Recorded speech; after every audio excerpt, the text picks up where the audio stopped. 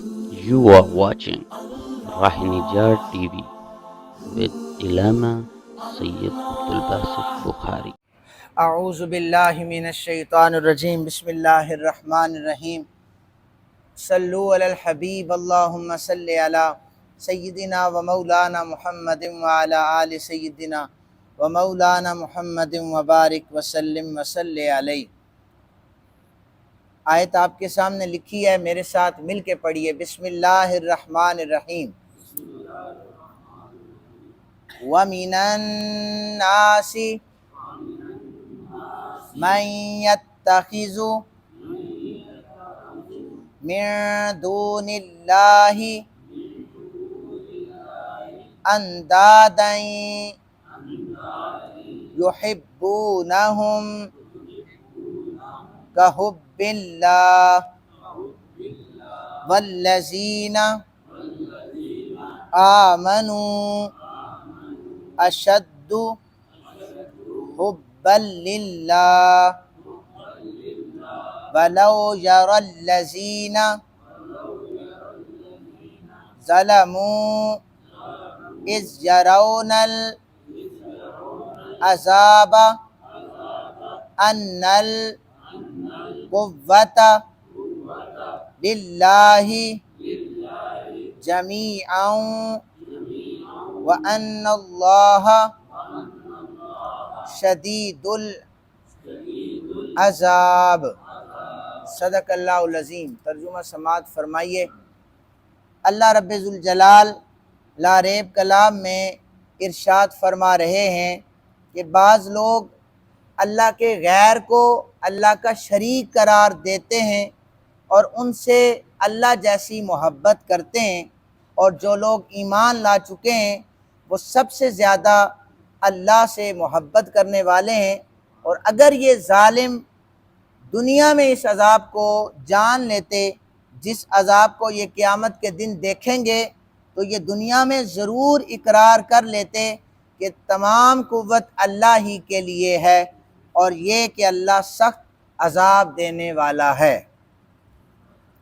دو چیزیں اس کے شروع میں بیان ہو رہی ہیں کہ بعض لوگ اللہ تعالیٰ کے غیر کو اللہ ہی کی طرح محبت کا درجہ دے دیتے ہیں، ان سے اسی طرح محبت کرتے ہیں جیسے اللہ سے کی جاتی ہے۔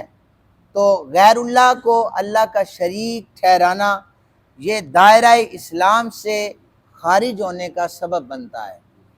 ہمارا عقیدہ یہ ہے، جو آپ لوگ گائے بگائے میں آپ کو بتاتا رہتا ہوں، کہ اللہ وحدہ لم یزل کے ساتھ کسی بندے کو کسی چیز کو شریک ٹھہرانے والا دائرہ اسلام سے خارج ہے۔ اللہ کے جو پیغمبر ہیں ان کا اپنا مقام ہے، لیکن ان کی برابری کبھی بھی اللہ سے نہ کی جائے، نہ ہو سکتی ہے، یہ یاد رکھیں۔ اور اسی طرح کوئی اگر کسی ولی کو وہ اگر اس طرح بیہیو کرتا ہے کہ سننے والے کو، دیکھنے والے کو یہ لگے کہ یہ شرک کر رہا ہے، تو یہ بھی غلط ہے۔ کس کس کو وضاحتیں دیں گے آپ؟ کس کس کو سمجھائیں گے؟ کون کون سی تعویلات کریں گے آپ؟ اس لیے ایسا کام کریں کہ تعویلات کرنے کی ضرورت ہی نہ پڑے، شکوک و شبہات کی ضرورت ہی نہ پڑے۔ جو کام اللہ وحدہ لم یزل کے ذمہ ہے اس تک محدود ہے، جو کام انبیاء علیہ السلام کے ذمہ ہے اس تک محدود ہے، اور جو کام اولیاء تک محدود ہے وہ انہی تک آپ رکھیں۔ یہ جو درجات ہیں ان تک انسان کو رہنا چاہیے، یہ جو تعظیم کے درجے ہیں ان تک رہنا چاہیے۔ آپ اس سے آگے ذرا سا قدم رکھتے ہیں نا الوہیت میں، یعنی کسی نبی کو اٹھا کر آپ اللہ کے برابر لے آتے ہیں، تو آپ کی محبت رائے گاہ چلی جائے گی۔ میں اکثر کہتا ہوں کہ جو کام علماء تک محدود ہے وہ علماء کا رہنے دیں، مطلب آپ لوگ نہ مبصر بنیں اور نہ ہی کسی چیز پر آپ کومنٹ کریں۔ یہ چیزیں دائرہ اسلام سے خارج ہونے کا سبب بنتی ہیں۔ آپ کے پاس کون سا ایسا ترازو ہے کہ آپ لوگ بیٹھ کے فیصلے کریں؟ کسی کے پاس حق نہیں ہے۔ پہلی جو آیت میں پہلے حصے میں یہ جو عقیدہ ہے یہ اس لیے بتایا ہے کہ کم از کم ہمارے پاس بیٹھنے والا وہ اچھا عقیدہ لے کے جائے. 60-70 سال زندگی گزارنے کے بعد یہ بندہ ڈاواں ڈول ہو کے زندگی گزارے تو پھر اس کی زندگی کا فائدہ کوئی نہیں ہے. عمل صالح قبول تب ہوں گے جب بندے کا عقیدہ ٹھیک ہوگا. اللہ کے بارے میں عقیدہ ٹھیک نہیں ہے، انبیاء کے بارے میں عقیدہ ٹھیک نہیں ہے، اولیاء کے بارے میں عقیدہ ٹھیک نہیں ہے، اور بندہ سجدے پہ سجدہ دیے جائے کہ میں بہت بڑا نمازی ہوں، تو یہ اس کی خوش فہمی ہے. اس لیے آپ صرف یہ چیز، اس کے حقوق محفوظ رہنے دیں علماء تک. اب جس طرح یہودی یا کفار مشرکین بتوں کی پوجا کرتے، اسی طرح فرمایا کہ مومن جو ہے یہ اللہ سے ٹوٹ کر محبت کرتا ہے. مومن اللہ سے ٹوٹ کر محبت کرتا ہے. حضرت بایزید بسطامی رحمۃ اللہ تعالی علیہ، آپ سے کسی نے پوچھا کہ اللہ کے بندے کی نشانی کیا ہے، کیا نشانی ہے؟ آپ نے فرمایا کہ ہوا مکحول بعبادتی ساجدا و راکیا، ہوا مشغول بعبادتی ساجدا و راکیا. اللہ کے بندے کی نشانی یہ ہے کہ جب اسے دیکھا جائے وہ کبھی سجدے کی حالت میں ہوتا ہے، کبھی رکوع کی حالت میں ہوتا ہے. اور سیدہ فاطمہ پاک رضی اللہ تعالی عنہا، آپ پوری رات عبادت فرمایا کرتی تھی. یہ میں عرض کر رہا ہوں والذین آمنوا اشد حبا للہ، اللہ سے ٹوٹ کر محبت کیا ہے؟ مومن اللہ سے ٹوٹ کر محبت کرتا ہے. یہ کیسے مومن ہیں، ان کے پاس تو 5 وقت کی نماز کا ٹائم نہیں ہے، پورا دن بستر پر لیٹ کے گزار دینا ہے، لیکن ان کے پاس اللہ کے گھر میں آنے کی توفیق نہیں ہے. اور میں تو اکثر یہ کہتا ہوں کہ جو اللہ کے گھر میں، اچھا میں اگر کسی سے کہہ دوں نا بھئی آپ نے نماز نہیں پڑھی، کہتا ہے پڑھی ہے نا جی، لازمی ہے ویری مسجد میں پڑھنی ہے، ہم نے تو گھر میں پڑھی ہے. اچھا ہم آپ کی نماز کا انکار نہیں کر رہے، آپ کوشش تو کریں کہ آپ اللہ کے گھر میں آنے سے محروم رہ گئے ہیں، ہم یہ بتانا چاہتے ہیں. آپ جس رستے پہ چلیں گے تو آپ کی اولادیں کون سے رستے پہ چلیں گی، یہ ذرا سوچئے گا.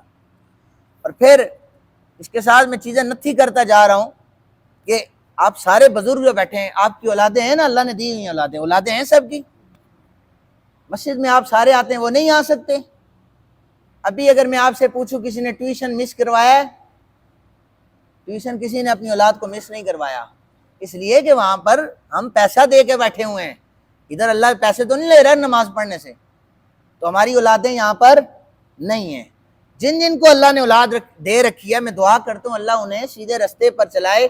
لیکن ایک دفعہ جا کر سوچنا کہ یار ہم مسجد میں تھے، اولاد ہماری گھر میں تھی، ایک دفعہ ضرور جا کر سوچئے گا. تو سیدہ پاک سلام اللہ علیہا، آپ پوری رات سجدہ کرتی، مؤذن کی آواز جب کانوں میں پڑتی تو عرض کرتی مالک ایک رات اتنی لمبی بنا دینا کہ تیری بندی فاطمہ کا ایک سجدہ پورا ہو سکے. یہ ہے ٹوٹ کے محبت جن کی. اچھا جو مشرکین ہیں وہ بتوں کی ٹوٹ کے محبت کرتے ہیں، بتوں کے ساتھ. مومن جو ہے یہ اللہ کے ساتھ ٹوٹ کر محبت کرتا ہے.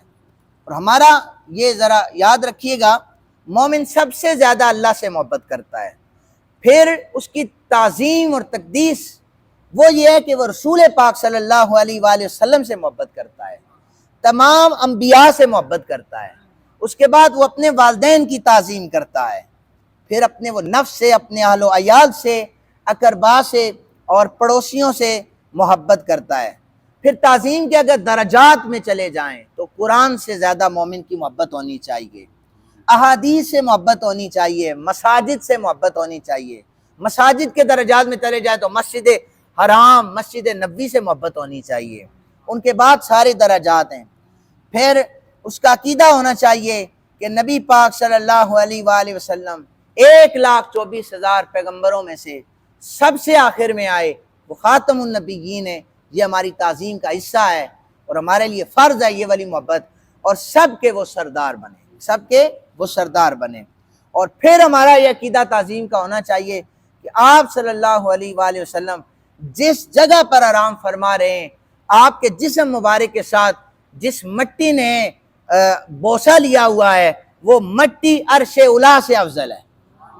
یہ ہمارا عقیدہ ہے، وہ مٹی عرش اولا سے افضل ہے. یہ عقیدہ ہونا چاہیے، یہ تعظیم کے رشتے ہونے چاہیے. اور یہ تعظیم یہ میری گھڑی ہوئی نہیں ہے، یہ تعظیم احادیث میں ہے، یہ تعظیم قرآن حکیم میں ہے۔ اور فرمایا کہ اگر یہ لوگ جو قیامت کے دن انہیں عذاب ہوگا اسے دنیا میں جان لیتے، اس کی وحدانیت کا اقرار کر لیتے، وہ عذاب اگر انہیں پتہ چل جاتا تو انہیں یہ فوراً اپنے رستے کو بدل کر وہ رستہ اختیار کرتے جو اللہ رسول کا رستہ ہے۔ فرمایا کہ مختلف اقوال ہیں مفسرین کے کہ اگر مشرکین یہ جان لیتے کہ تمام قدرت اللہ کو ہے اور یہ جو خود ساختہ معبود ہیں ان کے پاس کسی قسم کی کوئی قدرت نہیں ہے، تو یہ اس شدید عذاب سے بچتے ہوئے یہ پہلے ہی جو ہے وہ اس رحمانی رستے کا انتخاب کر لیتے۔ تو اللہ تعالیٰ سے دعا کیا کریں ہر وقت کہ وحدہ لم یزل ہمیں سیدھا رستہ دکھا دے، ہماری اولاد کو سیدھا رستہ دکھا دے۔ یہ جو مثالیں مشرکین کی، یہودیوں کی دی جاتی ہیں، کوئی اس سے بھی قطع نظر نہ کرے کہ جناب یہ تو مشرکین کے لیے ہیں، یہودیوں کے لیے ہیں۔ نہیں بھائیو، یہ بتایا جا رہا ہے کہ وہ انسانوں والے کام نہیں کرتے تھے، وہ سیدھے رستے پر نہیں چلتے تھے، جہنم کے عذاب ان کے لیے تیار ہے اور ہمیشہ وہ اسی میں رہیں گے۔ اب ہمارے سامنے دو رستے بتائیں قرآن نے، جو رستہ مشرکین کا، یہودیوں کا ہے وہ بھی ہمارے سامنے ہے، جو اللہ کے برگزیدہ بندوں کا ہے وہ بھی ہمارے سامنے ہے۔ انتخاب آپ کا ہے، وہ آپ نے کرنا ہے کہ کس کو آپ نے چننا ہے۔ اللہ تعالیٰ کی بارگاہ میں دعا گو اللہ تعالیٰ ہم سب کو قرآن حکیم سمجھنے کی توفیق عطا فرمائے۔